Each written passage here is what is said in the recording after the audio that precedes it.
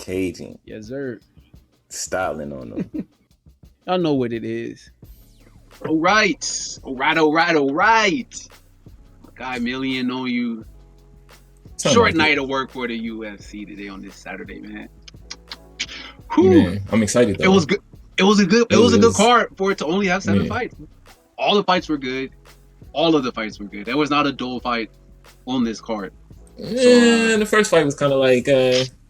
You gonna do that to my guy? It wasn't bad. Hey, as long as you're looking good on the parlay, that's a good fight. And we started off good, man. We had our first fight go right. We had Cole Smith versus Hunter Azor, or I don't even know what they was calling him. Something. I'm gonna call him Azor. They was calling him Azor. Yeah, they was calling him Azor. Azarosh or something like that. Roche or something. But yeah, Hunter Roche. I always want to make the names all different. But anyway, yeah, man, he did good against my guy Cole Smith. It wasn't a crazy fight. It wasn't anything spectacular, but he did what he needed to do to get that W. Cole Smith was out here trying to make sure he kept the distance. He was throwing a lot of feints, a lot of front kicks. Hunter basically, I mean, he knew that once he got in with the grappling, that was pretty much his wheelhouse. Grinding him out the first 2 rounds, easily won the first 2 rounds. I feel like Cole Smith kind of won the 3rd round, mainly because Azor gassed. But yeah, he gassed. But I mean, it was still pretty decent fight. And Azor was actually clipping him coming in too. Right. Yeah. He had to get very, very far in, very deep in though, to either. I mean, it was basically Cole Smith trying to keep him at kicking distance, and Azor like, all right, I'm gonna put these hands on you, and then once I get these hands on you, I might as well just grab you. A little bit. I'm gonna grab you a little bit. Steal these rounds. And, he did his thing. Got the 29-28 decision.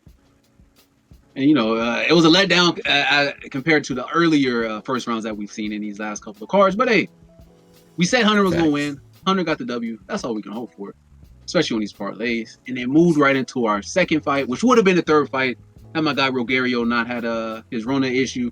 But we moved right into VVR Rougeau versus Montana De La Rosa. And, man, VV put on a striking clinic on a very game opponent. And I was impressed. De La Rosa was getting kind of swaggy in that 3rd round. She was putting the hands up like, hey, what you want? De La Rosa really, I was like, hey, her and DC made you think that this fight could have been a split decision. I was actually worried when it went to the cards. I was like, maybe I didn't see this right. Because DC said she was getting off. He said it's a close fight. At the end of the day, I had VV up 30-27, but I just thought maybe I'm being biased. Same. Maybe I'm being biased. Same. But it was 129-28 on the cards. I was like, maybe one round, maybe one round. But yeah, man, it's just like I said though. VV has hands, and VV got power for this division, man. Yeah, she hits very hard. Like she was sticking her with the jabs. You could tell De La Rosa pretty much almost like the first fight where I was just saying she was trying to keep her at kicking distance. It seemed like every time she got clipped, she would throw out a little body kick into like a little backside kick into like a let me just keep my leg up here to make sure that I could kick you again. Like, hey. And Vivi was like, yeah, man, she slowed down on the movement today. I was happy to see that. It wasn't so much movement, but she was moving good though. It was only because she wasn't forced to do any defensive movement because Montana wasn't pressing. Like Vivi did slow down and she does do a lot of movement, does a lot of feints, but how's she going to get somebody who would have forced her to fight the wrestling like Jessica I did? That's when you see her gas out a little bit more and become beatable. But if you're just going to let her sit there and strike with you and feint all day, she's going to get off her jab clean. She's going to get off those overhand rights and she's not going to gas out. She looked good the whole fight, wasn't breathing heavy.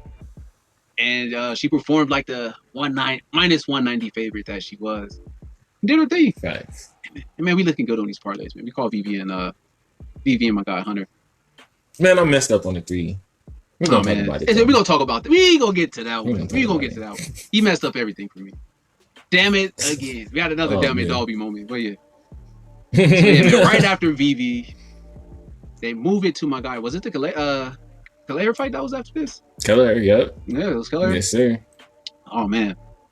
Quick not much to say that you even saw it. Quick work. My guy didn't break a sweat. They didn't start breathing heavy. We probably gonna see Keller again. Facts. Very soon. Within the next month. We might see him. We're gonna see him again. I actually see him again in September. Like, bro, to not take a strike and I don't even know what type of suspension you can do. What type of suspension could you give him? He took like a half a strike. Rodriguez came out, threw the little body kick. It looked like, oh shit, he know how to kick. This dude know how to kick. And Kelleher ate the kick or took the kick to the chest, rib, whatever. And for whatever reason, Rodriguez was like, let me go ahead and shoot this takedown. He shot the shot, and it was like, bad idea, bro. Like that wasn't even a minute into the round. He was out here getting guillotined up. Like, I mean, he basically shot the shot with his neck all out there, like knees on the ground, arms around his hips, and his neck just like choking me, please. And it was like, well, I mean, man, maybe they can reschedule that Kelleher Ricky Simone fight for that Izzy Costa card, something like that. I mean, that's a whole month away. Maybe Simone can get hosted. I like to see it.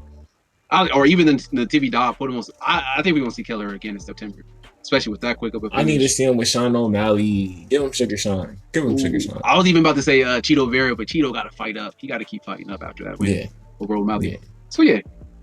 But then we get to so good fight from my guy Kelleher. I want to see what he's gonna say. What's next? I know we're gonna see him again this year. And then we move right over to our next fight. My guy Bartrus Babinski versus Andrew Muniz. And one guy said he was 6 feet tall. The other guy said he was 6'1". Somebody lying. Somebody in here is lying. Somebody Muniz told a was lie like a today. bigger, stronger fighter in this. Oh man, he fought my guy Babinski should be fighting at welterweight. What's his welterweight? He needs to be fighting at whatever weight he was fighting at this fight. I think it is welterweight because he beat Darren Stewart. He's fighting at middleweight, so he should go down to 170. Yeah, he should go down to 170. Start fighting at welterweight because he ain't no shade to him, but he just looked like a smaller guy in the ring. This was also a short fight. Facts. Man, I was confused from the time the bell rang. Like, why is Fabinski out here going for the takedown? Like I said, I mean, right. I think I said in a preview, like, hey, if he has an advantage, it's probably standing, and if Muniz gets it to the floor, it's probably over. And it was like for you to be the guy who wanted to go to the floor, it was like, hey, bro, should have listened to me. Like, not sure it was a good idea. He should have even looked at the record. He's like, oh, he got 12 subs. Cool. Like, I guess he didn't know who he was fighting. maybe they told him he was fighting somebody else. He didn't know he was fighting a guy with 12 subs on his record. But yeah, the guy got 19 fights or 19 wins with 12 subs. So yeah, and it was like he threatened everything within that short period of time that they was on the floor. Like he threatened the guillotine, went for the triangle, flipped the triangle into an armbar. It was, bruh, like you shouldn't have tried to take him down. Like what were you doing? Yeah, the fight was over once they clinched, and I thought. I even thought Muniz may have been as good as Fabinski standing up. This guy looks good. Sometimes you lose clinch for a reason. He reminds me of a better striking Herbert Burns. Can I say that? Can I say that right real quick? Hey, we saw Herbert against Pineda, man. Hey, he ain't got the gold belt. So I think I can say Herbert Burns and not be too worried about it being an overstatement with his grappling ability. Where you just get off 4 or 5 threats and one single takedown in like 30 seconds to trick him into thinking that you're about to do a triangle into an armbar. Hey, that's facts. Jiu-jitsu was nice. Jiu-jitsu was nice. So he got rid of my guy Bartrus super quick. Good UFC debut for my guy Muniz. Bro, this card was super quick. yeah, and by the way, man, we didn't even announce it. Kelleher and I forgot who else got off the other side. Kelleher and Muniz. Kelleher and Muniz got bonuses. Oh, yeah. I thought you was about to bring up the 2 scrap fights. Oh no. Oh yeah. Eubanks and Moises. So we had Jalen Turner versus Thiago Moises get scratched. Yeah. So Eubanks, Rosa, and then De Lima and Romanov. So it turned into a 6-7 fight card. 3, yeah. And luckily they had that Ray Rodriguez guy weigh in yesterday. Right. It's like they knew something was up. Hey, maybe they should start traveling with like 4 or 5. Hey, just travel with a replacement for every fight. Extra for every. Yeah, might as well. Hey, and pay them to show up. Give them something. They show they get paid. They make weight. They get paid. That's all you got to do, David. You have dudes just waiting to fight. You don't want to do this. No extra money. You know you don't like paying people. Just give them like, hey man, you make weight, you get $2,500. So hey, that's just, maybe $5,000. You make weight, you get $5K. Sure, I'm sure you can get some local talent to stay ready to take that L. So anywho, we get to the fight that me and you disagreed on. Right now, we sitting at 4-0 on this card, and we get to Imadaev versus my guy Pieta, and this was a one-sided ass whooping that even had pin slaps in it. Man, this was good. He's out Bro, there he looking was like looking baby at his powder, hand, yeah. kissing his hand. He was, oh, you wanna mush me? You wanna mush me? You mush this. See, and you see, does he do that if he gets mushed? If he doesn't get mushed in the face? And I tell you, no. He probably gasses out in the He first probably round. don't. He probably don't. Facts. Bro, you can't disrespect somebody who's that athletic. Hey, oh, you want to piss me off? Now I'm about to take this serious. Bro, he was in there fighting the urge to kid around. He's like, oh yeah, I forgot I was mad at him. let me. Oh my god. Bro, I ain't never seen that dude look kiss. that crazy. I ain't never seen him look that good though. He was evading everything. He was evading everything. He got hit like 12 times out of the first 2 rounds. Right. And he probably landed like 60 strikes within the first 2 rounds. Like, and we're talking about some crazy ass strikes. At one point, it was in the 3rd round. It was Imadaev had only landed 18 strikes to like 120 from Pieta or something like that. Some crazy number. Oh man. And your screen then froze on me. Yeah, bro. Okay, you back. Apart. I'm back, man. Hey, who got the back connection? Is it me with the back connection? It's probably me. Let me see if that worked. And probably you. You keep freezing. You Maybe keep freezing. I'm gonna work. See right now here. You froze. I don't know. Am I froze? If you Did I froze? You froze? Yeah, you good. Oh, it's picking up the milli though. Am I good now? It's picking up the good now. Oh. Hey. But yeah, man. Hey. Man. He was out here back to the Superman punching off the cage, Showtime kicking off the cage.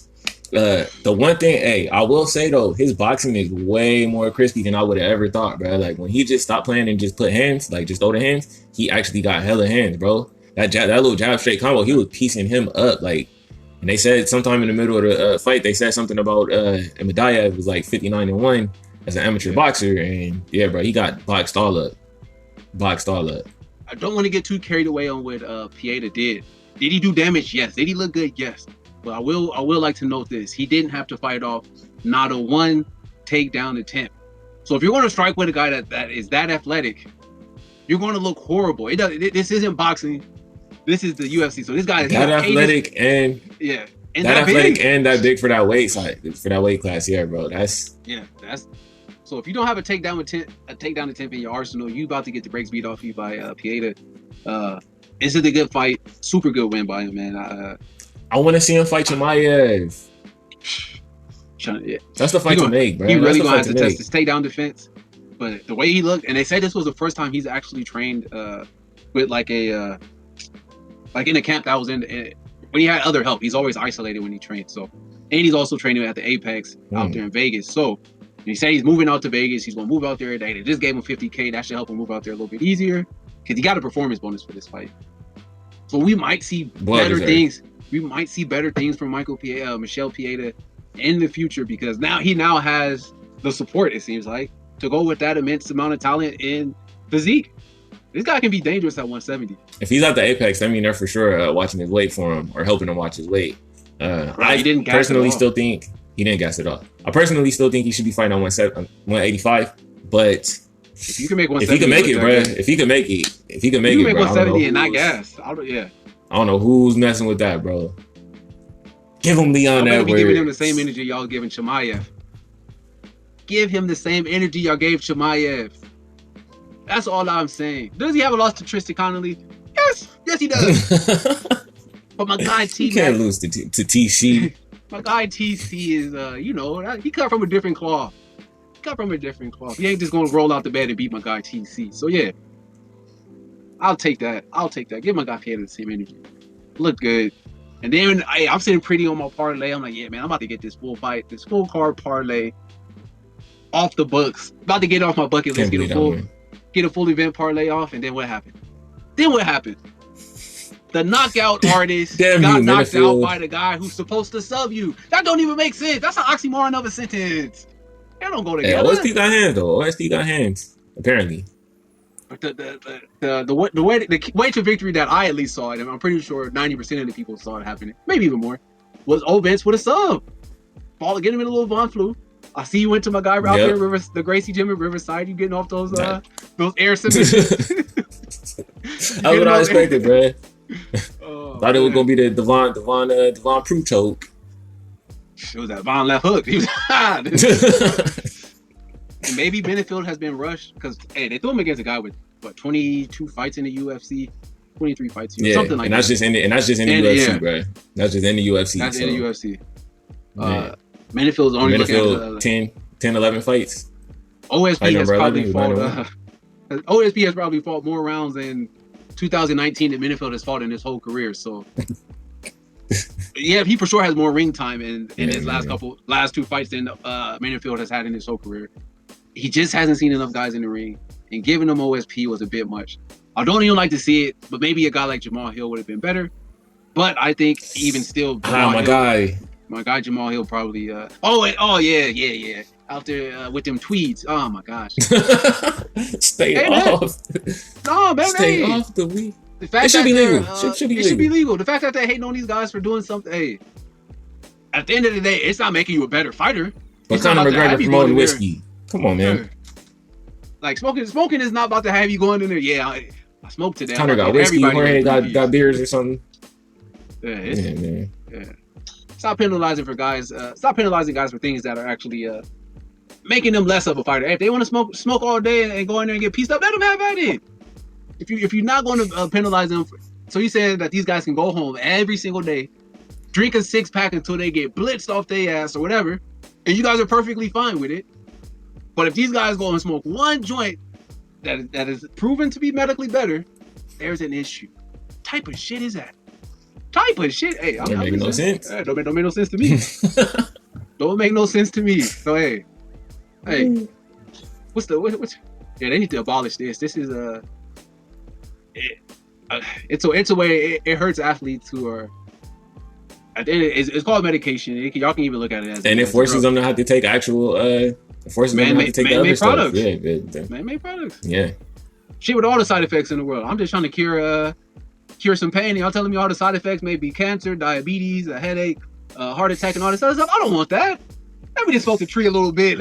So yeah, man, that's trash. I think it was Tim Elliott, Jamal Hill, and two other fighters. I can't even think of the other two guys' names. But yeah, that's trash. Trash. Pena was on there. Oh, Luis Pena was on there. Yeah. Trash. But which wasn't trash was that left hook. Event. That left hook, which led us to the main event. You know I like this main event. Oh man, I ain't even rubbed it in your face yet. Cause hey man, you came out here and disrespected my guy Overeem to the point that I couldn't even look you in the face. Couldn't believe it. I'm not gonna go too hard on you though, cause Overeem was looking like he was about to lose. And I was like, damn, maybe my guy was right. Those first two rounds, I was like, damn, maybe he saw something I didn't. But I also saw Overeem sort of playing rope-a-dope. Gradually breaking down Sakai. Breaking down Sakai. He wasn't going to be able to get a live Sakai onto the mat. And it was clear when Overeem, all three of his takedowns, successful attempts, all in the bad positions for Sakai. And on that last one, that last one, you can see him not even have the energy to even attempt to scramble. Like he just fell back and like, it's about to happen. And that was it. Wasn't even trying to get full guard, nothing. He was just like, I'm on the floor now. What you want to do? What we doing here? Sakai's a lot better than or how do I say? He's a lot more dangerous than I thought he would be. Look good, but like I said, bro, he's one of the guys that, like you be saying, he needs to, like, he would be better if he lost just a little bit of weight, like, because he actually moves pretty good for he actually moves pretty good for a heavyweight, but it's like it's good footwork, but it's good footwork, but you kind of slow a little bit. Like, we see the change in Tanner Bozer, who's been changing his body slowly but surely. He came in at UFC a lot less in shape. Now that he's in shape, he's out here knocking guys out. Bozer's on a back-to-back 2-fight knockout streak. He wasn't even getting those type of finishes recently. You fix your physique, you're going to get better. And he doesn't have to get muscled up, but that 20 to 30 extra pounds of fat isn't helping him do anything. But if he lost it, he would move 20 to 30 pounds faster. So that's just my logic on the situation. It's not muscle. It's not giving you strength. It's actually a hindrance. You get those better physiques out there. Like, hey, I feel DC with a better physique at 205 doesn't lose to anybody. DC, if he can actually make 185, for sure, probably still fight. He losing to John Jones, bro. I don't know. A 205-pound solid DC with those wrestling credentials and the dirty boxing and that IQ doesn't lose. Still losing to John Jones, bro. He doesn't lose to Steve John Jones. The body shot. No. Stipe wouldn't have had a belly to punch on those body shots. See what hey, too much belly was out there. Bro, some of them knees in this main event though. Oh, yeah. Some of those knees in that main event, bro. Sakai and Overeem was just like, let me get the tie clinching knee you in the stomach 10 times in a row. Like, man. A lot of nasty knees. Yeah, man. Sakai could have won the fight. He just gave up those takedowns way too easy in the third, fourth, and fifth. I actually had him win in the first 2 rounds. Yeah, no, I had him win in the first round. I had Overeem win in the second round. And by the time the third round came, yeah, it was those takedowns, bro. It was those takedowns. I had a 2-2 going into the fifth. Overeem only landed that nice overhand in the first. But outside of that, Sakai was good. It wasn't a lot that happened in that first, but Sakai I thought had won it. And I was already pissed. And then that second round, Sakai clearly won it. And in that third round, Sakai was actually winning. He was on his way to going up 3-0. Overeem got the takedown, changed the whole. He was winning. Yeah, changed the whole aspect of the fight. And it looked to be super fresh when he was on the ground. He landed that one up kick. He landed a nice little elbow from the bottom. But then Overeem was like, yeah, no, we're not doing that no more. Start ragdolling him, bro. Hella like hammer face, hella elbows. The training with Blades is paying off big dividends. Hopefully those guys don't have to fight. But they're already hinting at... Can't do that. They already hinting at Overeem versus John Jones. Yeah, man. I'm here for that. Definitely here for that. They were trying to get some what is it called locker room material as they was trying to get some words. They was trying to start some stuff. Overeem like, I ain't even got no beef with this guy, but I'll fight him. I mean, if that's what y'all want, but I'm not about to sit here and badmouth. Is that what y'all want me to do? Yeah, I won't. I'm not about to just say, yeah, let me go put these hands on John Jones. But what I saw in that fight, John Jones is a dangerous heavyweight. He might actually be the best. He might actually cement himself as the greatest fighter ever for years. There's going to be people having that Jordan versus LeBron debate because Overeem didn't look scary to me. No. I mean, Overeem is also in his 40s, bro. He's in his 40s. Yeah, he's not fighting a live Overeem. The only guys he would have to worry about with anything is Francis. And does Francis have the and Blades the ability to close that distance? Blades. Yes. Yeah. I think his weakness will actually be a guy. I'm gonna tell you this. Who? Oh man, his weakness will be his weakness will be Volkov. Out of all the heavyweights, bro, Volkov might actually head kick John Jones into oblivion. That's what I'm saying. His weakness would be a guy like Volkov. I think Francis is knocking his head off. But DC said he don't even think John Jones is fighting Francis. He said DC said if Francis get the title shot and actually win the title, John Jones is gonna be like, "Oh, I was just playing, guys." said he don't want that smoke. There's a reason why DC said he's retired and he's happy with being retired. He knows if he fights somebody, he's like, if I fight somebody, it's gonna have to be Curtis Blades, Francis Ngannou, Rosenstruck. I can handle Derek Lewis, but if I gotta fight any of those 3 guys, and I think when he fought Derek Lewis the first time, Derek Lewis had like 2 messed up knees. Like I said, he always got a blown ACL or something with his knees when he's fighting. But yeah, Derek Lewis wasn't at his 100%, so that might even be a dangerous fight for DC. So DC go, hey, keep playing golf. Stay out there, play your golf. Facts. Hey, Overeem and Derek Lewis, that's a good fight too.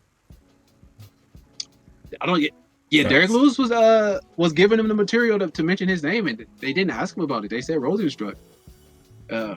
Hey, Derek Lewis is sitting right there. I think he's supposed to fight Blades coming up, but yeah, that's an interesting fight. Overeem will probably need that dude's belly into his interesting fight.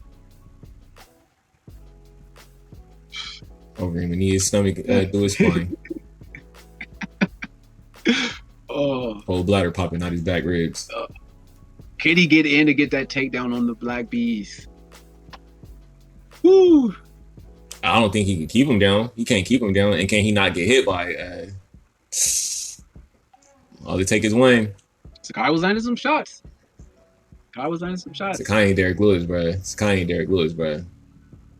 No, I'm saying that's what I'm saying. Like if Sakai was able to land some shots, Derek Lewis is gonna be able to land something. So. Oh yeah. Yeah. And that's a little bit different. That's a little bit different type of landing that's going on with that one. But we gonna see. And that was UFC 9 in a nutshell. 7 cards. Started off as a 10-card fight or 10-fight card. And, you know, ended up with 7 fights that produced. Well, not the first fight, but 6 fights that produced. No, All of them don't shake the hunter. You know, you just got to grade it on the scale. You know, first fight for a reason, I guess. Good fight nonetheless. Bro, only keep getting them checks. Only 2 fights seen the cards. Rest of them all finishes. You got 5 finishes, man. I like it. That's crazy. And 2 of them in the last round too, because yeah. Ferreira got the last round finish, and Overeem. Yeah, that's interesting. Yeah. Yeah, man. This card didn't disappoint, man. I can only imagine how good it would have been had we got the other fights. Could have seen Jalen Turner versus Moises. Could have seen the Lima versus Romanov. Yeah, probably would have been done. Would have for sure saw knockout in that Romanov versus the Lima fight. And who knows what we would have saw against Carol Roses versus Eubanks. But after we saw Pieta get down, yeah, nobody was winning any fights of the night. It would have been all performance bonuses like we saw. Too many guys showed up and showed out today. And that's what we saw. All performance bonuses. No fight of the night. Which I think the Overeem fight could have got a fight of the night bonus.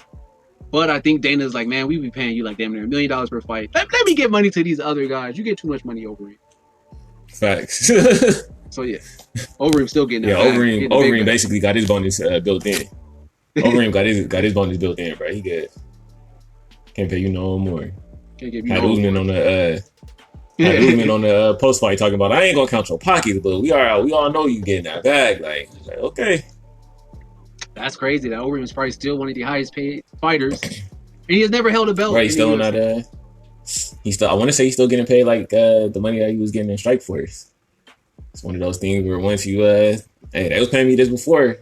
You want me or do you not want me? And they wanted him, so gotta pay them in. Shout out to Overeem. Usman hot that Overeem got paid that much for it not to be a pay-per-view and not against Masvidal. He's like, bro, you fought Sakai and got paid this? Okay, cool. Okay. I'm with that. Maybe I need to just move up to heavyweight. Usman can't understand. Usman can't understand that part. Man. Legend. Overeem the legend. He the legend at the bank for damn sure in the UFC. He ain't even gotta have pay-per-views. Oh, bro, he probably ain't gonna headline the pay-per-view again. So, I mean, unless he get a title shot. So, the next card is the Angie Hill card, right? Next week. Yeah. Next week. Man, I hope my girl Angie Hill makes it to the weigh-ins healthy. Hope Watterson makes it to the weigh-in. I hope all the fighters make it to the weigh-in healthy. But most particularly, Angie Hill, she gets to be the first. I don't like to put race on things, but she gets to be the first African-American woman to headline a UFC card. She's making more history. So shout out to my girl, Angie Hill. Or she can just be the first lady to do it, whatever. But yeah, Angie Hill doing her thing, headlining UFC Vegas. I guess it's going to be UFC Vegas 10. I'm sure about to get on that. Sure about to put that. Right. Yeah, sound about right. But yeah, I'm eager to see that card. Eager to do the preview. We're going to get that preview to you early. Something like that. We're going to get the preview to you. That's all. Sooner rather than later. Yeah, exactly. Get it out before the fighters even know they're about to fight type of stuff, Yeah. That is it for us on this end. Enjoyed the card. Actually enjoyed this review. Good card. Hey, this was a good card, man. Oh, yeah. Not even a bad card. So, shout out to the UFC. Y'all know what to do, man. Subscribe. It's one of those directions. He's telling you to get those comments. Get in those comments. And shout out to all those guys that do be commenting with us. Give you a shout out. The names I'll be seeing. My guy A-Tone. My guy Antonio. My guy Joe Kerr. My guy Morty. My guy MMA Scout. Forgetting somebody. But y'all my guys. Y'all be in them comment sections. Stay in them comment sections, man. Easy work. See you guys this week with the new preview, UFC Vegas 10. Yes, sir. Yeah. Caging. Yes, sir. Styling on them. Y'all know what it is.